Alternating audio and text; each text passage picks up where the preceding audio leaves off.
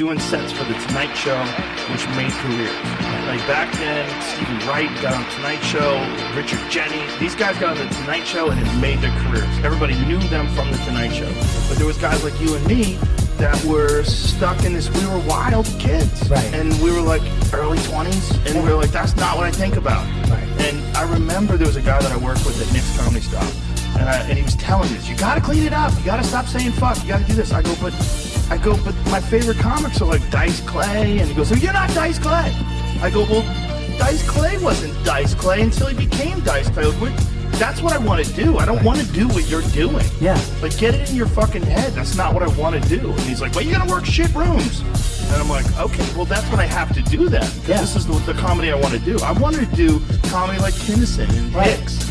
That's what I wanted to do. I wanted to do wild shit. That was the shit I liked. Yeah. It was like being in a rock and roll band and someone tells you have to play classical music. Like, there are numerous tracks off that record that I find to be really catchy. Production is absolutely killer, especially those Pharrell beats.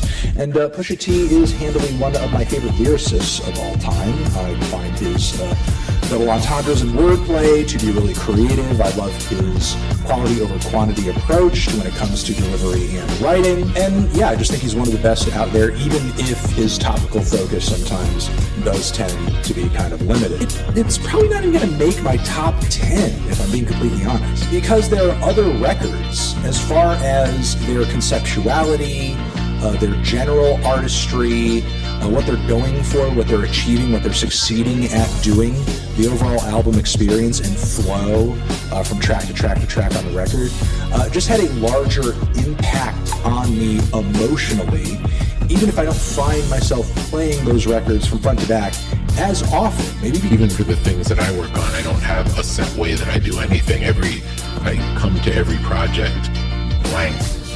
Really rough. I used to be real rough with Jess.